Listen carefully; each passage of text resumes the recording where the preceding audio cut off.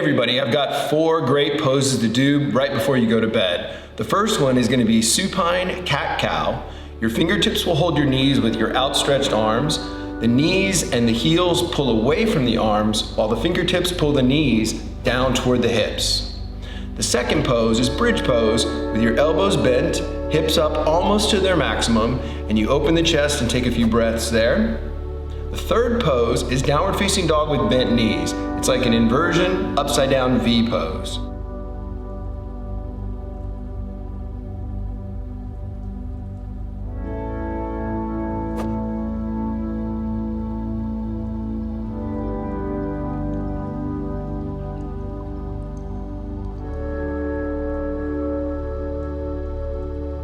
And then the last pose is a type of child's pose where you make a fist stack so your head is not too far below your hips.